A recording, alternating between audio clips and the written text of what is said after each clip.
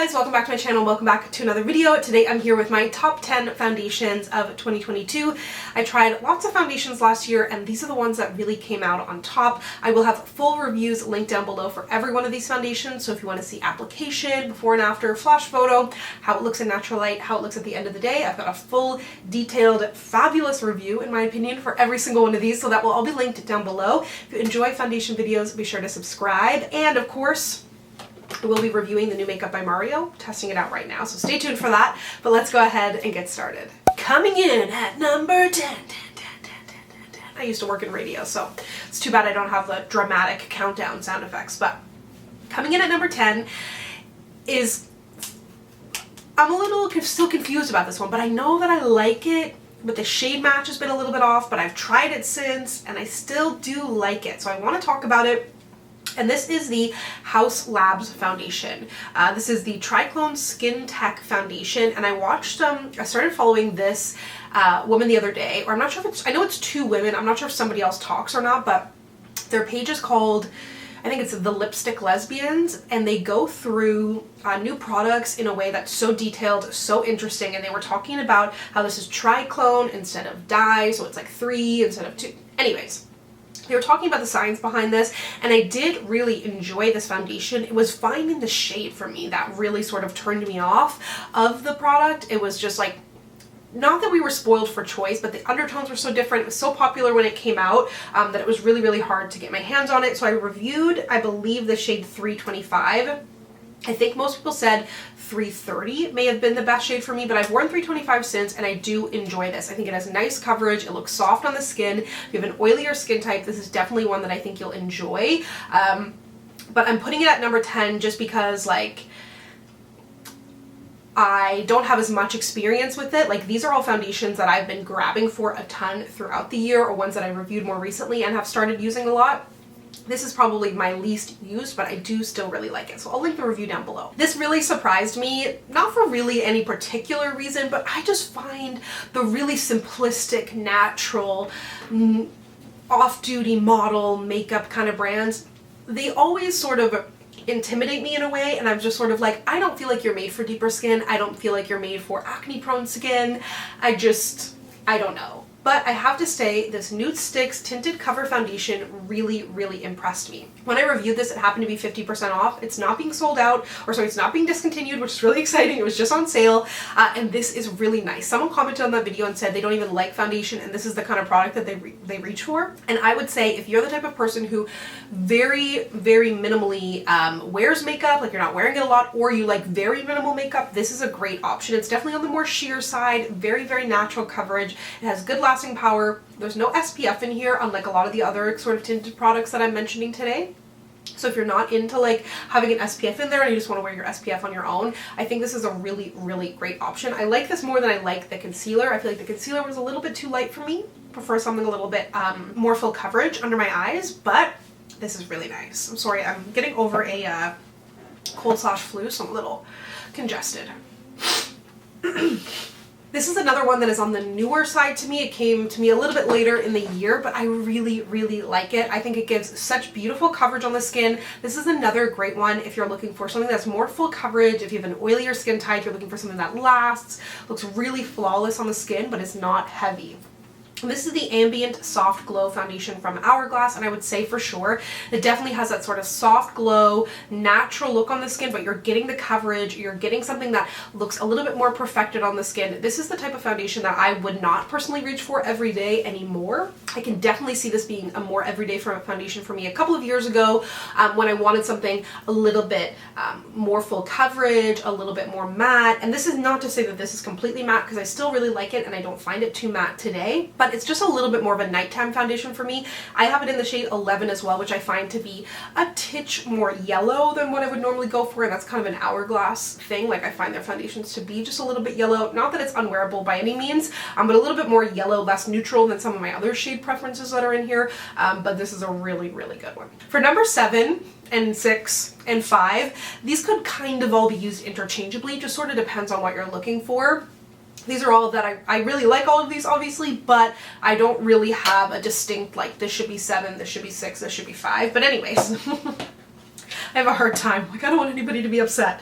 But this is the Gucci Natural Finish Foundation, the Fluid Foundation. This comes in a huge shade range, which first of all, so appreciate from any brand, but especially these sort of luxury houses. A lot of the time, or historically, they don't have great shade ranges, so I was so happy to see not only such a great shade range, but very easy to figure out your shade. They have cool, neutral, warm, lots of shades in between, a great shade finder on their website. All of those things really, to me, contribute to being a great foundation, not only just how it performs on my face. So I really appreciate that. Of course, beautiful packaging with a nice pump there, but this to me is a little less coverage than the Hourglass, but you're getting that beautiful staying power, you're getting that natural matte satiny finish, and you're getting beautiful sort of flawless coverage without it being heavy or cakey. It doesn't have a super strong like luxury classic perfumey scent to it either, which I really appreciate. I love the primer that goes with this too. I really have to say, Gucci Beauty like really impressed me. I've really found the products to be quite good, definitely on the higher end side, but you're not just paying for the name. There is actually really great performance in here, and I have to say this is really beautiful. Then on the complete other side of it, from e.l.f., I really loved their Camo CC Cream. To have SPF 30 in there, I think is awesome. It's a, you know, an acceptable SPF. A lot of the time you see 10, 15, it's just not enough in there. I'm wearing my own SPF, hopefully on the day-to-day anyways, but I have to say, I thought the shade match of medium 375, if you watch my review of this, at least at the time, this was the exact color of my skin tone. So to get such a beautiful shade match was so nice, and I find e.l.f. has done great with their shades lately. I think I'm Honey in their Flawless finish, and that's a really great shade for me too. A nice neutralness. I think this has beautiful coverage, lasts really well on the skin. It's not super heavy. I can't compare it to the like IT Cosmetics CC cream because I know people love that, but to me this is such a good drugstore product, a great drugstore SPF, a great drugstore foundation. And although they are calling it a CC cream, in my opinion it's kind of like, you know, somewhere in between a foundation and a tinted moisturizer. This is not just for people who are looking for something really light. You can get nice coverage out of this. You can get more flawless coverage. You're not going to be able to build it all the way up to full, but you can do some like a light to like a nice medium coverage. So you can get a lot of options out of this. And then from Smashbox, I love this. This is a little bit lighter coverage, I would say, than the e.l.f. This is the Smashbox Halo Healthy Glow all-in-one tinted moisturizer. While I think I reviewed this late the year prior, I started wearing it a lot more because I didn't have my right shade in it last year, and I reached for this all the time when I wanted something easy. This is probably, maybe with the Nude sticks, again, this is probably the lightest coverage, I would say, this and the Nude sticks, but you get a little bit more coverage out of this one. You're getting an SPF of 25 in there, which I think is okay, but to me, this is the finish on this is beautiful. It's a really light coverage, but evens out the skin, looks super beautiful, it's hydrating. Smashbox to me makes beautiful complexion products. That's what I trust them for the most. Looks so good with the illuminating primer under it, but you don't have to put anything on it. Looks so nice on the skin. It is plumping, it's hydrating, it does like exactly what you want a tinted moisturizer to do. A lot of tints in here. This is the last one I'm going to be mentioning today. This is probably my favorite tint of the bunch, or at least the one that I reached for the most, because this has a little bit more coverage than the Smashbox. It would always be, I felt like when I was having easy makeup days, reaching between this one and the Smashbox one. The difference here, this one has an SPF of 40 while Smashbox has 25, and it has a little bit more coverage. So it really kind of depends what you're looking for. This is the IT Cosmetics Your Skin But Better CC Nude Glow Color Correcting Medium Coverage Skin Tint Brightening Skin Serum, SPF 40. I just preferred this at times because it had a little bit more coverage in it. It does say glow, but it's not greasy. I have not tried the illuminating one from them, and like I said, I haven't tried the original. This is the only sort of IT Cosmetics CC that I've tried, and I have it in the shade Tan Warm, which is a great shade for me. But I really love this. Similar to the Smashbox, it's just my easy everyday, but even I have worn this at night, I have worn this in the day. It's the kind of thing I would definitely see myself traveling with as well, and really impressed me. So I can see why those CC creams have become so popular. For my top 3, these are all fabulous, and they could all be #1 in their own right. But coming in at number 3 is the Chantecaille Future Skin Oil-Free Gel Foundation. This cost a pretty penny, but I'm telling you, a little bit goes a long way, and this is the probably most skin-like foundation I have ever used. It is so, so pretty. I picked it up in the shade Hazel, which also happened to be such a great shade match for me. I bought this on Beauty Bay, but you can get it from a lot of the like sort of high-end department stores.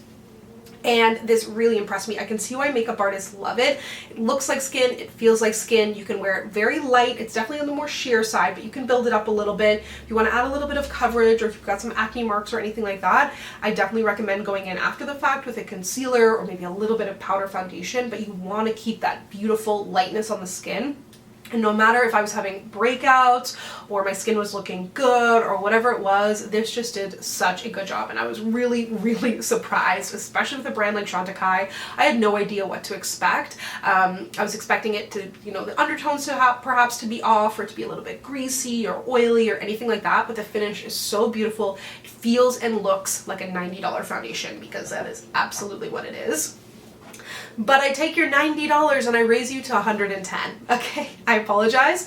The Tom Ford Traceless Soft Matte Foundation, I've used about half of it now. I absolutely love this. If you have normal combo oily skin, I think you'll really enjoy this. I'm not sure how those of you with dry skin feel about this, but although it does have matte in the title, I don't feel like this is a matte, like the Matt we knew from 5 years ago. Not the guy named Matt. We've since forgotten about him, and thank God, but I'm just joking. I mean, I'm sure we all know a shitty Matt, but this to me is like Tom Ford's version of soft matte, and it really does look so beautiful on the skin. Great coverage. I wear this day, night. I wear it more sheer. I wear it more full. I wear it for videos. I wear it for special occasions. I travel with it. It has absolutely been such a favorite foundation for me this year, and I have to say, a lot of these luxury brands that I've tried, I have really enjoyed their foundations. And I've tried hundreds of foundations. This is not just me being blinded by the Tom Ford name.